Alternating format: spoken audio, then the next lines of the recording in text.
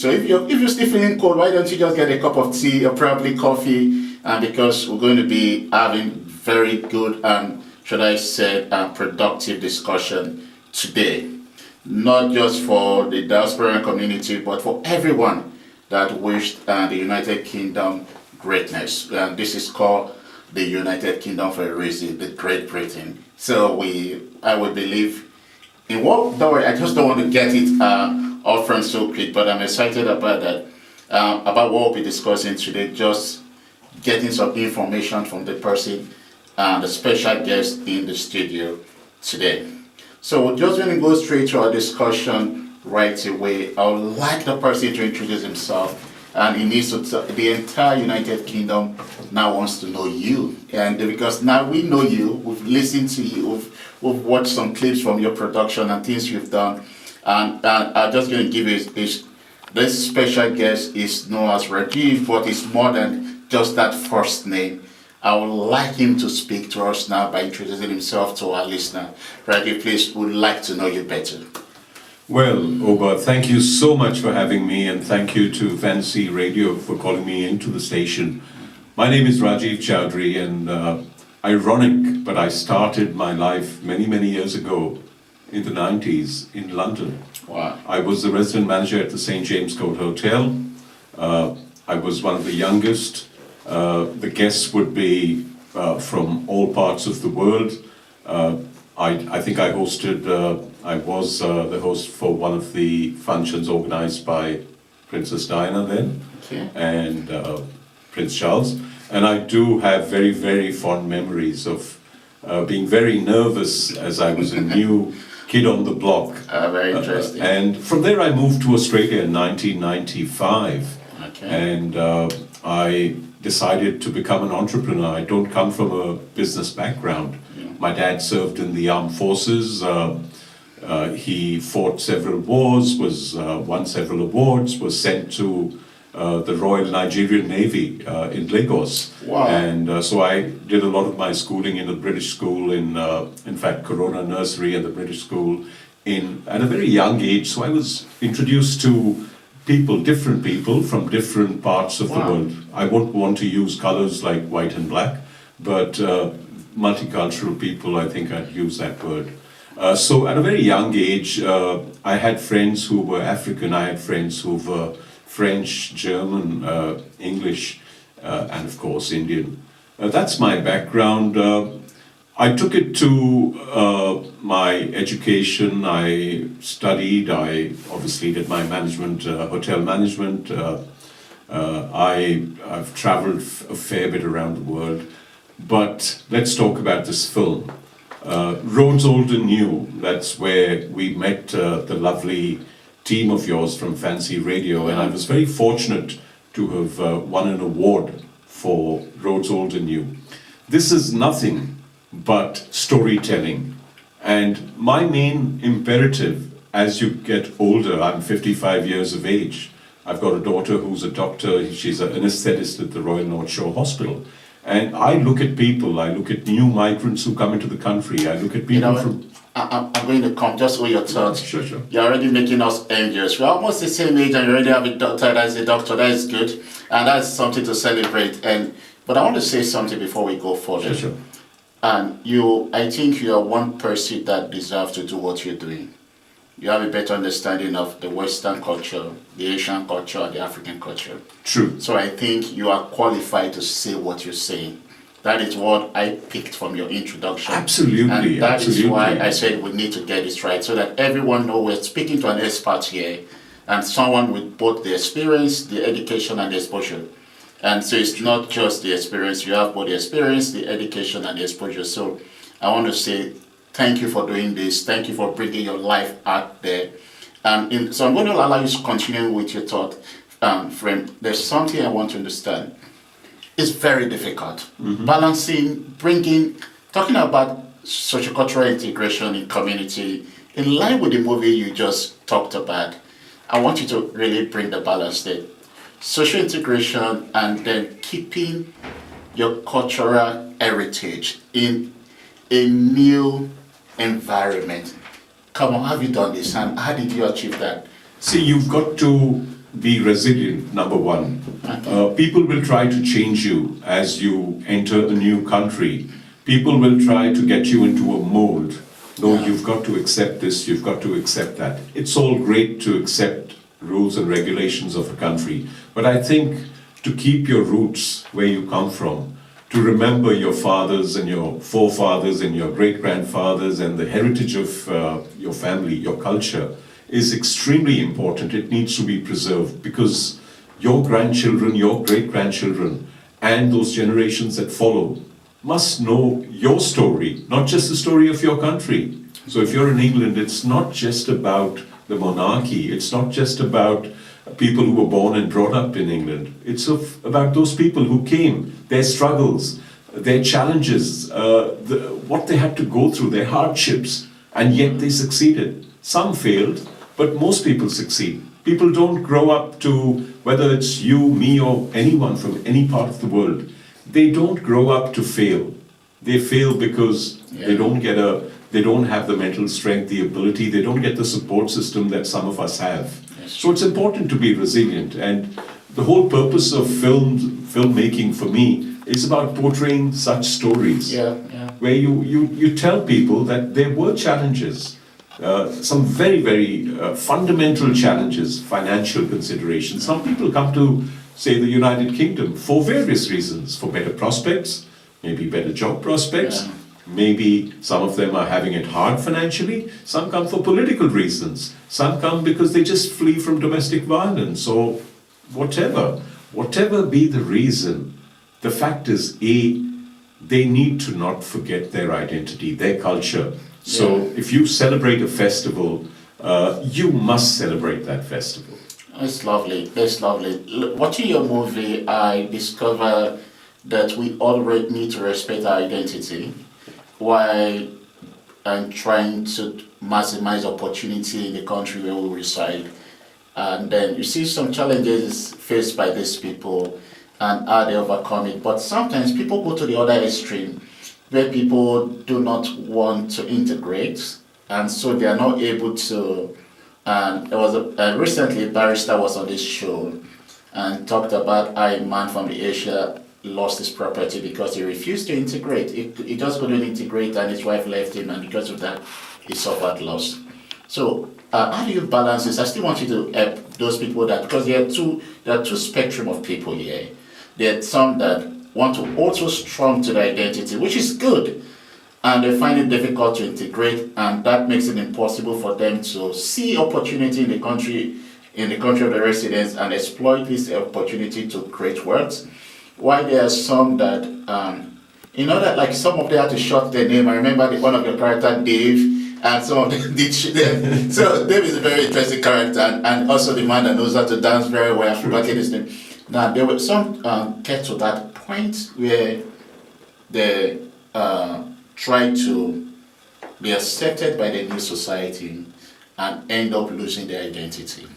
True. So how do you take care of these challenges, and how do you bring people to the middle ground? There's a word I use, and I call that word, it's a very well-known word in academic learning. It's called cultural sensitization. Okay. I think it's very important for us, as whether you're born and brought up in this country, or whether you're not born and brought up in this country, you've migrated to this country. It's important for you to understand your culture and to respect others' cultures too.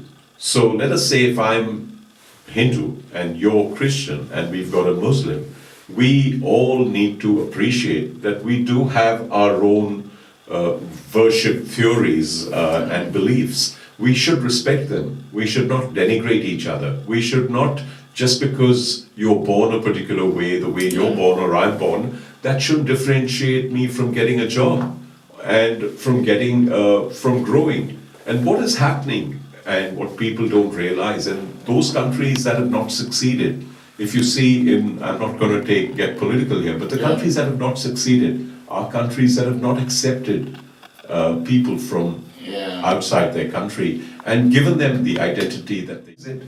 And I'm proud of being Australian, but of Indian heritage. Wow. Remember, I'm proud of being Australian, but of Indian heritage.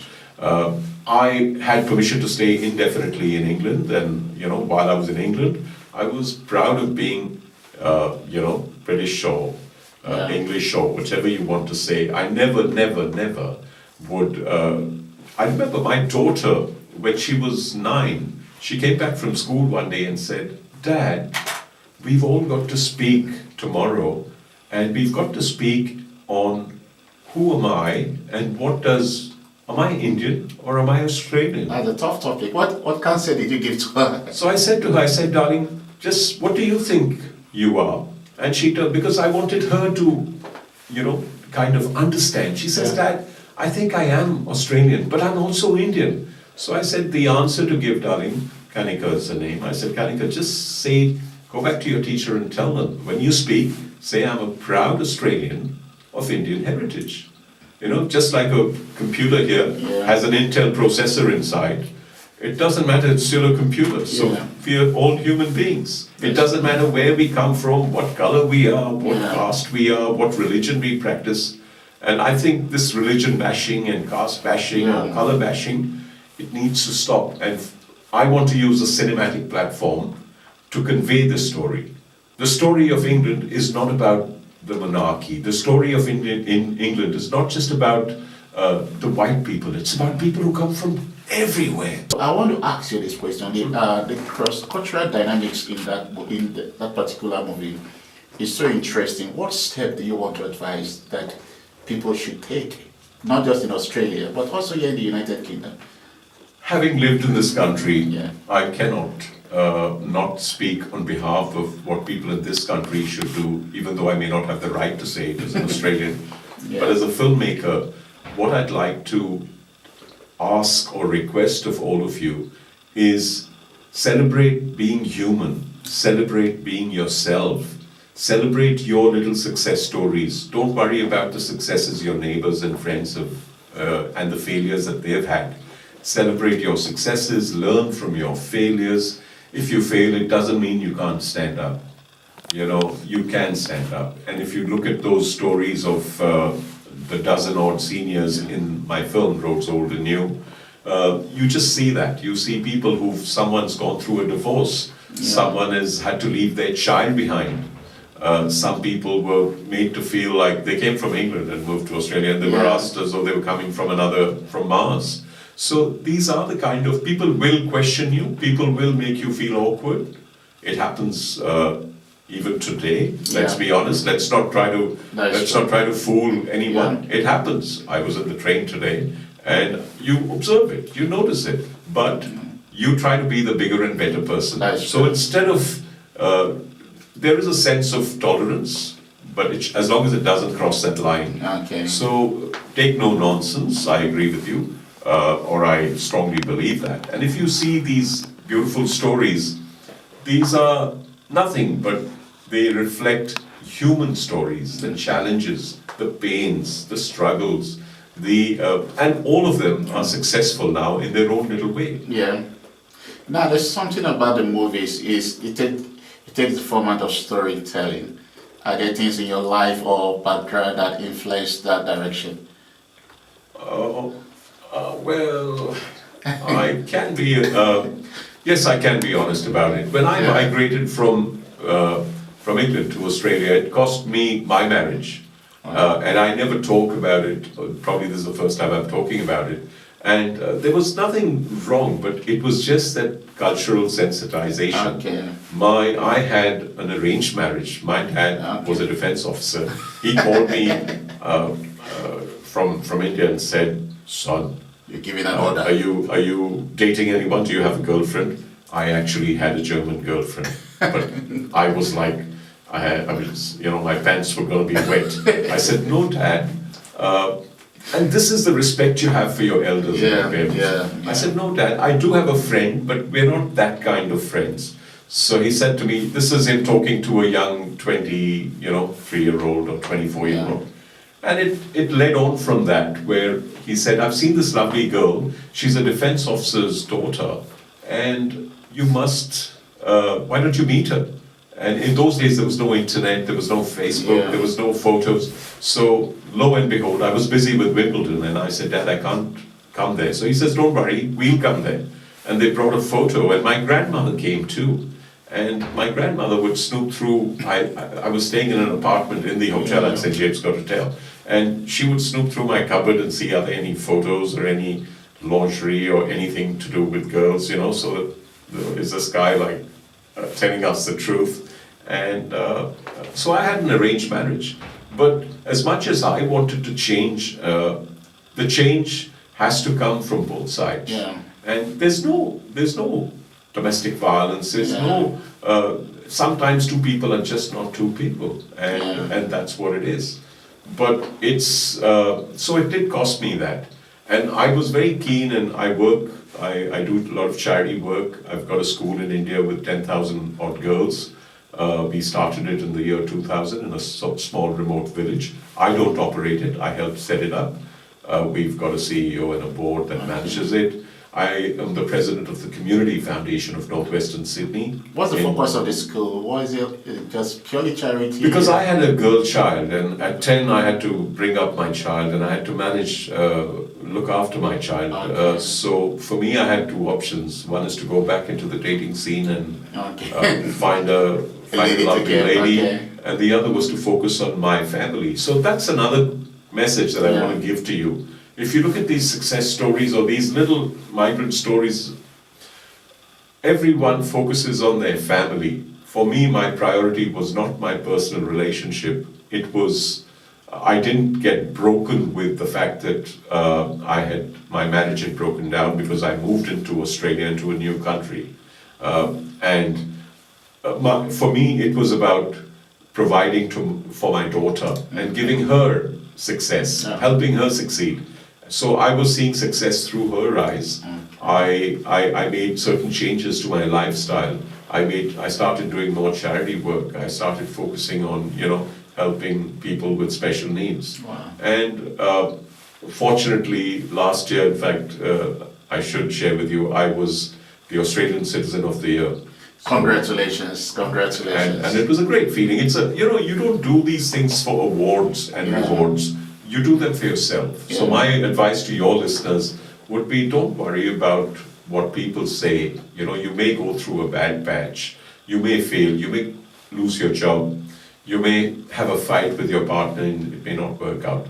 Hang in there. Think about the future. Don't think about the anger that is within.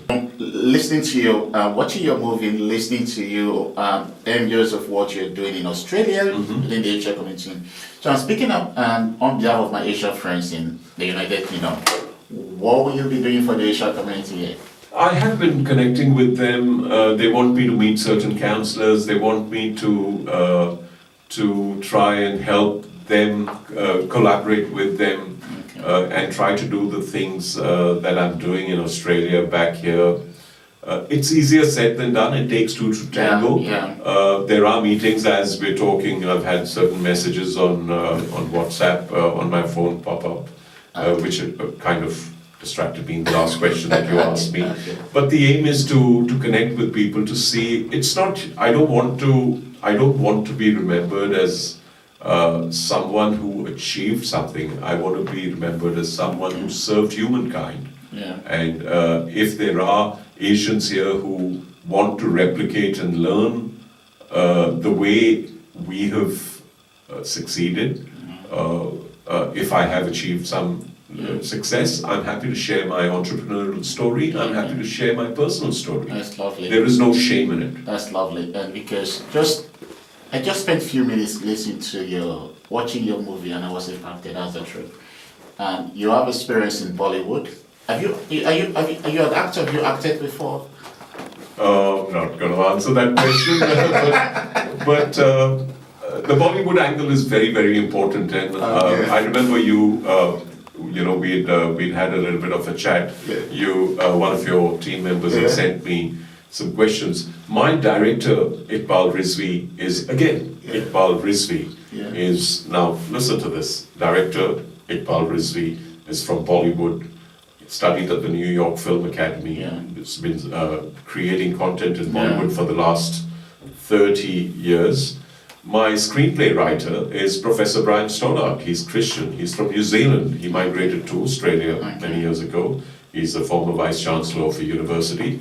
and an expert on India-Australia relationships. Lovely. So, the idea was when you were working on a sensitive topic like this, you wanted that. And here I am. Okay.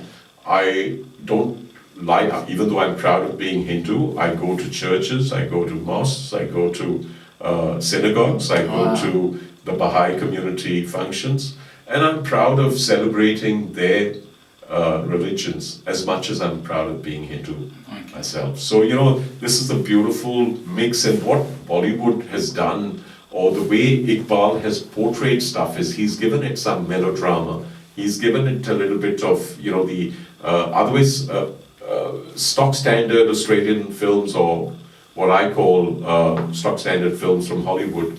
They're very, very stock standard.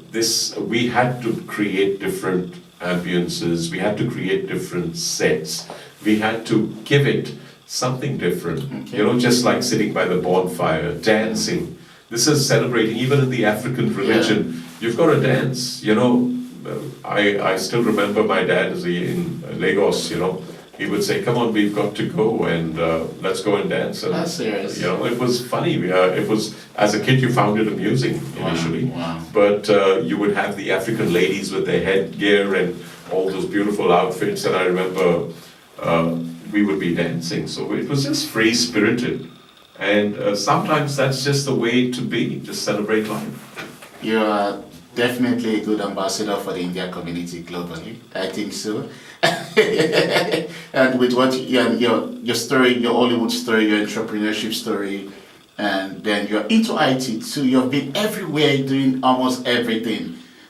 Please, how do you do this, and should I say, how is this influencing your story, the journey older than you? Is there any influence there from different? Yes, when you put your film production, in my opinion, and I actually, this was something I... Okay, when is that? But we will release that song. But that celebrates, I'll show it to you off air and get you to listen to it. Okay. But that celebrates the life of Kamal. It's not about me.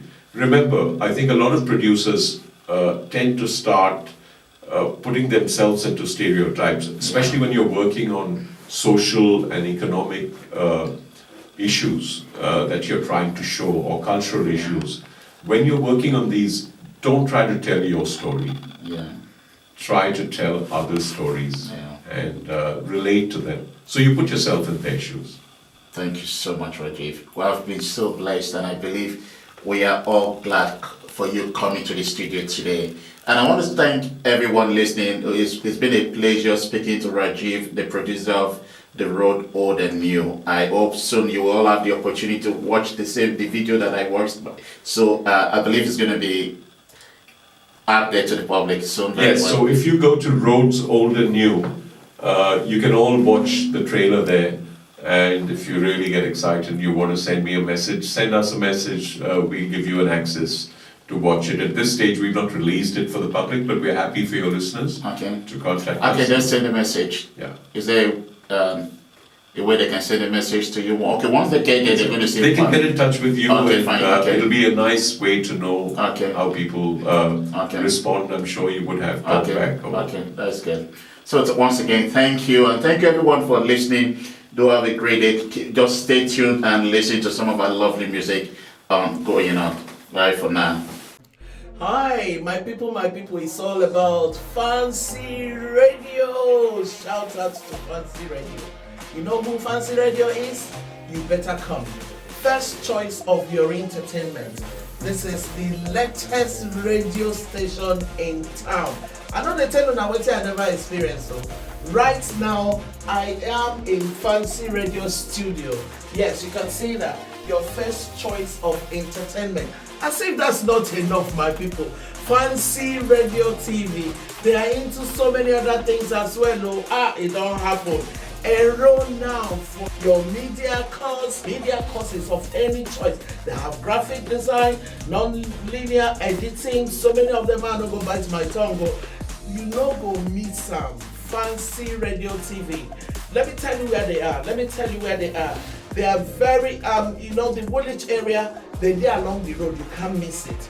They are in 108 Island Business Center, 18 to 36 Wellington Street. Wellington Street is a very well-known street in Lagos. Postcode is SE18 6P for Papa, F for Freddy. SE18 6PF. Fancy Radio. Ebano.